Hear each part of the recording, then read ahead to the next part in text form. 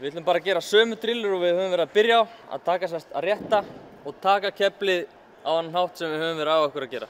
Frjálsíþróttasamband Íslands kom nýverið á fót sérstöku landsliði í boðhlaupum með það markmið að bæta tíma íslenskra boðhlaupsveita til muna og hefur landsliðshópurinn komið nokkrum sinnum saman í vetur. Þetta fór á stað í sumar, en þetta er sérst gert til þess að við höfum meiri möguleika á því að vera samkeppnishæf og mögulega komast á stórmót í boðhlaupum.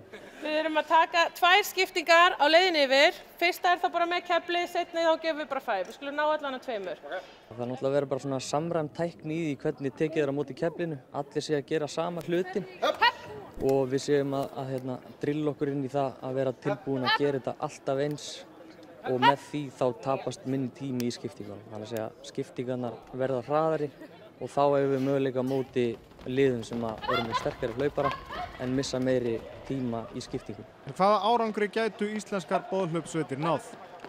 Ég held að íslensk boðhlaupsveit geti komist á Evrópumót í 4x100 og jafnvel 4x4 og já, okkur ekki 4x4.